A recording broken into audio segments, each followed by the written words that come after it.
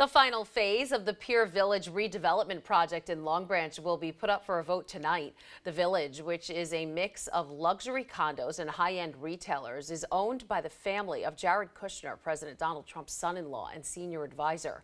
The Asbury Park Press reports plans call for 269 new housing units, a 72-room hotel, 11,000 square feet of new retail space, as well as a carousel and small concert stage.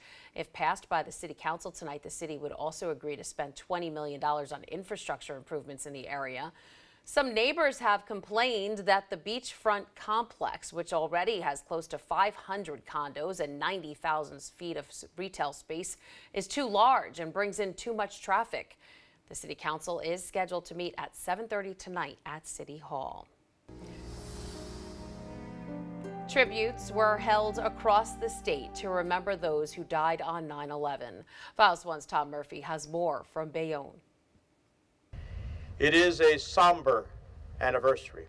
Senator Robert Menendez remembers the terrorist attacks of September 11, 2001. I remember the 700 New Jerseyans who lost their lives among the nearly 3,000 Americans. The senator was in Washington, D.C. 16 years ago.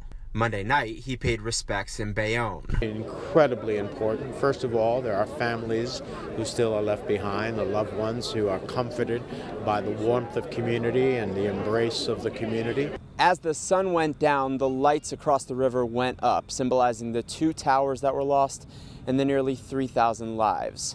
We spoke to the mayor of Bayonne, who remembers what it was like to be across the river 16 years ago. Time I was a police officer in the city of Bayonne, so it turned into total chaos. You know, and it's something unbelievable. It's something you will never forget for the rest of your life. Mayor James Davis says his 10-year-old son, who wasn't even born, has just started to understand. It really hits hard when you see that at such a young age, they learn and understand what's happening.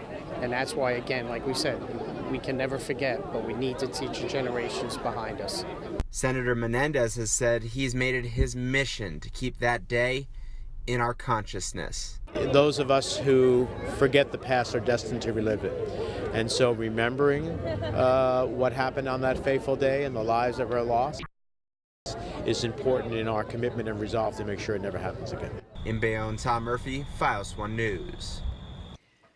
There are new rules in place in the Patterson School District after 2 6-year-olds were left behind on school buses.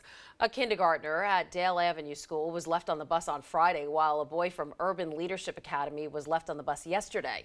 School officials held a special meeting on the issue last night where they decided from now on each bus will be searched by the driver and the aide, with a school official watching when they arrive at school.